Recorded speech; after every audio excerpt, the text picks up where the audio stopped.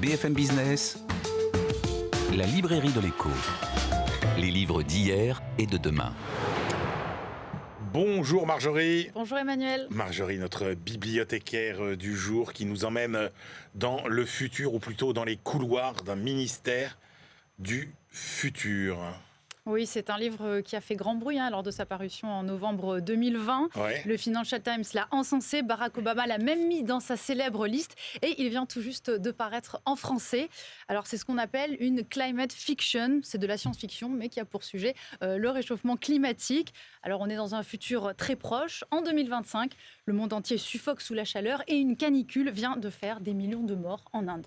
Alors dites-nous d'abord un mot sur l'auteur, Kim Stanley Robinson. C'est un peu une star de l'anticipation. Hein. Oui, c'est ça. En fait, il s'est fait connaître déjà dans les années 90 grâce à une trilogie devenue célèbre. Elle racontait en fait la colonisation de Mars alors que la Terre n'était plus du tout habitable. Alors, c'est quoi ce ministère du futur ? Eh bien, en fait, c'est une organisation mondiale qui a été créée par la COP 29. Elle a pour but... On y est presque. On y est presque. Elle a pour but de protéger les générations à venir et de manière générale l'ensemble du vivant. Ce livre, en fait, c'est donc une solution au réchauffement planétaire imaginé par l'auteur. Il nous raconte en fait comment le système économique va être forcé de changer face aux catastrophes climatiques. Alors, qu'est-ce qui fait la force de ce livre, parce que des scénarios d'anticipation sur le climat, etc., il y en a beaucoup. Qu'est-ce qui fait que ce livre-là a séduit autant de personnalités de premier plan ? C'est justement qu'on n'est pas du tout dans une espèce de fiction post-apocalyptique, mais vraiment dans un roman d'adaptation, dans un futur très très proche. C'est pour ça que je vous conseille de lire, même si vous n'aimez pas particulièrement la science-fiction. Robinson, en fait, il imagine un chemin entre le capitalisme vert et la décroissance. Pas mal de problématiques sont abordées, des questions sur lesquelles on devra sans doute répondre d'ici quelques années. Par exemple, la contrainte, voire la violence, seront-elles inévitables pour sortir des énergies fossiles ? On vient de finir la COP 28 et les fossiles, c'était quand même le sujet qui cristallisait les tensions. Certaines idées qu'il évoque sont même en train d'être débattues, alors que le livre a quand même été écrit il y a 4 ans. C'est le cas, par exemple, de la géo-ingénierie solaire. Donc c'est vraiment en fait un livre comme ça qui nous pousse à réfléchir. Et Dieu sait si les technologies évoluent extrêmement vite. Exactement, c'est pour ça qu'il est vraiment visionnaire et en plus, il est même recommandé par Thomas Piketty. Formidable. Et puis toujours au cœur cette problématique, espèce de triangle d'incompatibilité, ou pas d'ailleurs, à étudier entre finalement la justice sociale, l'écologie et la liberté et la démocratie. Eh bien écoutez, on va lire ça avec grand intérêt. Merci beaucoup Marjorie. Eh bien maintenant c'est l'heure de notre tour du monde. Le seul tour du monde qui consomme 0 carbone chaque semaine, c'est celui de Benaouda Abdelhaim. BFM Business, la librairie de l'écho. Les livres d'ailleurs. Cher Benaouda, bonjour. Bonjour. Benaouda, il y a du nouveau du côté des relations gréco-turques.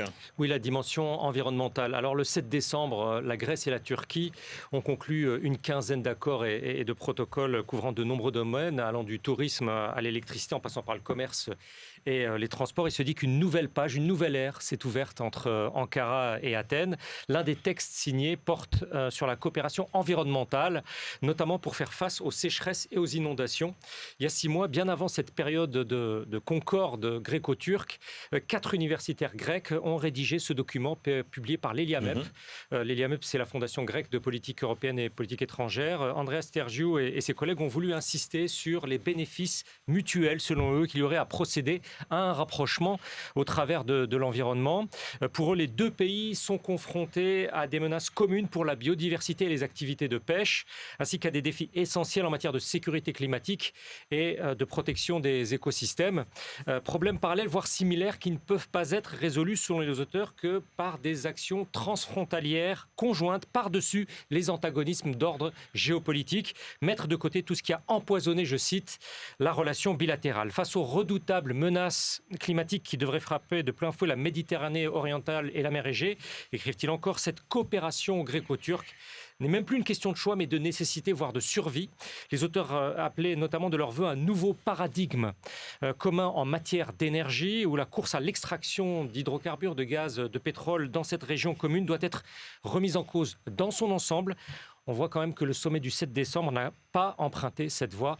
Il faudra peut-être un autre ouvrage pour ouvrir cette voie. Direction les Pays-Bas, Ben Aouda. Quel problème les risques d'inondation posent-ils aux propriétaires ?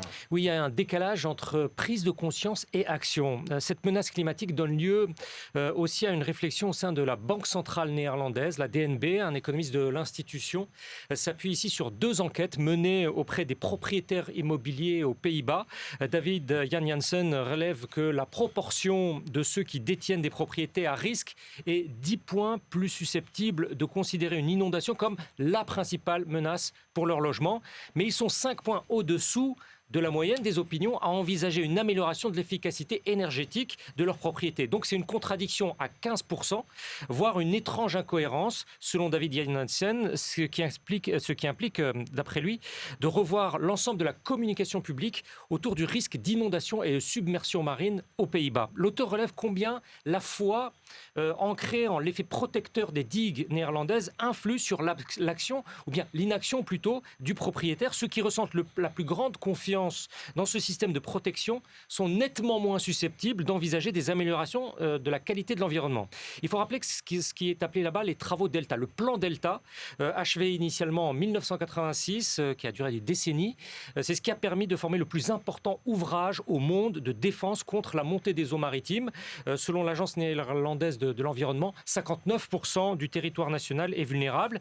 La confiance ou bien l'insouciance contemporaine devient donc contre-productive, d'autant que selon une société néerlandaise de données dans l'immobilier, Calcassa, si le risque d'inondation était vraiment pris en compte, les propriétaires aux Pays-Bas seraient en fait confrontés à une perte collective équivalent à 10% de la valeur cumulée de l'ensemble des logements existants aux Pays-Bas, c'est-à-dire des centaines de milliards d'euros. Alors, vous allez sans doute, Ben Aouda, soulager beaucoup de nos auditeurs, Marjorie, moi, avec l'étude qui vient. Parce que sachez, Marjorie, que Ben Aouda va nous expliquer pourquoi les conséquences sont moins graves qu'on le pense lorsqu'on refuse une invitation. Oui. C'est la période des fêtes qui approche et 2 économistes universitaires américains entreprennent dans cette étude on ne peut plus académique de déculpabiliser ceux qui vont décliner les invitations à célébrer Noël, la Saint-Sylvestre ou tout autre motif. D'accord. Julian Givey et Colin Kirk, dans le journal de la personnalité et de la psychologie sociale publié par l'Association américaine de psychologie, écrivent que malheureusement il peut être difficile de dire non, ce qui conduit l'invité à accepter une invitation alors qu'il aurait préféré s'abstenir, alors même qu'il s'inquiète en réalité exagérément du degré de mécontentement qu'un refus suscitera auprès de son hôte. D'accord. Ce n'est pas une idée lancée en l'air. Ces chercheurs ont mené 5 expériences avec plus de 2 milliers de participants par des jeux de rôle très subtils.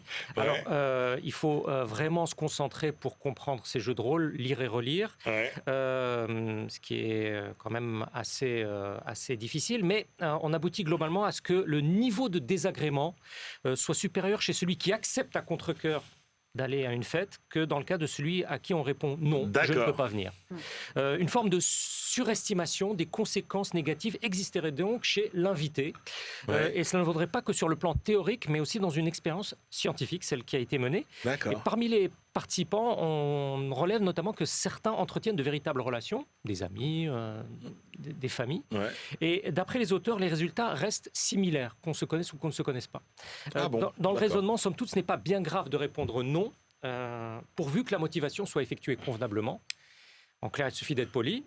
Pourquoi, ou hypocrite, serait-ce si important ? Voilà ce qu'en disent les auteurs. Plus que jamais, les gens se sentent épuisés et ont l'impression que leur temps est trop limité. Les activités sociales en sont une des raisons.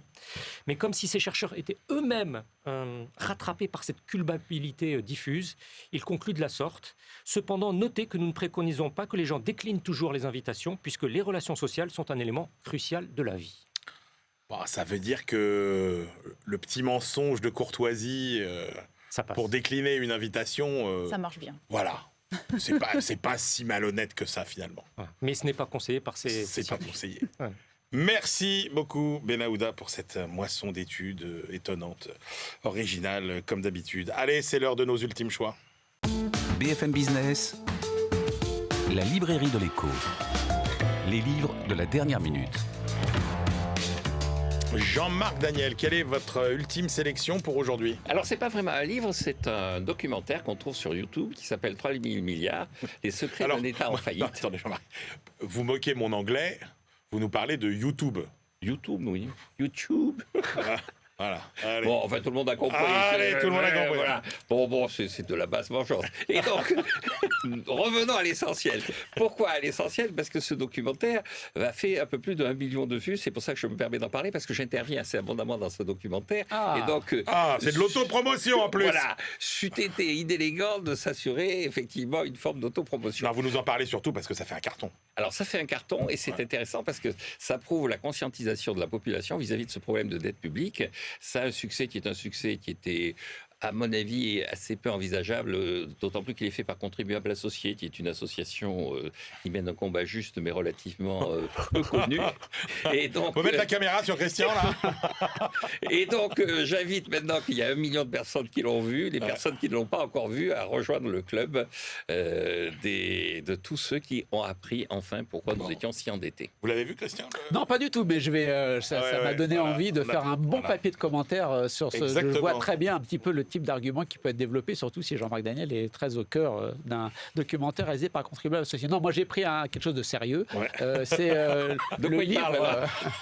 C'est le livre de l'historien Stephen Kaplan, qui est le plus français des économistes historiens américains, qui nous rend encore un pavé, mais riche d'une érudition comme d'habitude chez lui, assez incroyable, sur l'histoire de l'apprentissage en France, en gros du XVIIe siècle, Colbert, jusqu'à 1919. Mais dans la conclusion, il se lâche sur, y compris la situation actuelle. On comprend ce que c'est que l'apprentissage. Dans le titre, il y a transmettre, soumettre, socialiser. Transmettre, comment est-ce qu'on fait pour transmettre vraiment les compétences? Est-ce qu'il faut aller à l'école? Il faut aller dans l'entreprise, c'est un maître qui vous apprend. Soumettre, parce que bon, c'est quand même aussi des règles, on vous encadre. Il explique très bien comment le maître devient le père de substitution. On a des commentaires, des témoignages des parents, des gens qui amènent au XVIIIe siècle leurs apprentis. Et puis socialiser, parce que c'est aussi les métiers qui sont organisés. Bref, toute l'histoire, avec une érudition, une sorte de documentaire absolument incroyable de l'apprentissage, même jusqu'à aujourd'hui dans les commentaires finaux. Si je puis me permettre, je pense que les auditeurs téléspectateurs sont plus concernés par mon choix que par celui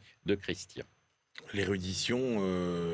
L'apprentissage, c'est quelque chose d'important pour les gens qui ne sortent pas Polytechnique. Oui, mais je leur dis pas d'y aller, mais je pense qu'ils sont quand même plus immédiatement concernés par le documentaire dont j'ai parlé. Oui, ça va vous concerner aussi. Oh là là, c'est méchant. Je suis méchant avec Jean-Marc aujourd'hui. Ça va vous concerner, Jean-Marc, le livre que j'ai choisi. Le manifeste pour la liberté de vieillir chez soi. Oh, mais j'ai encore du temps devant moi.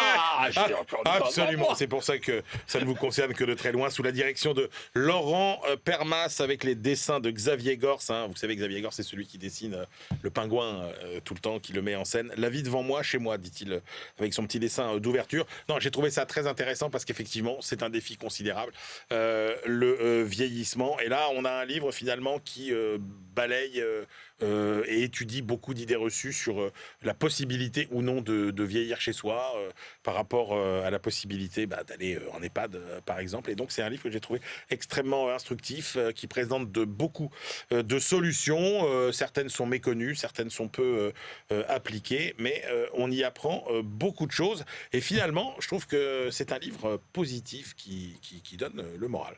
Voilà, c'est la fin de cette librairie de l'écho. On se retrouve la semaine prochaine. Et d'ici là, évidemment, bonne lecture.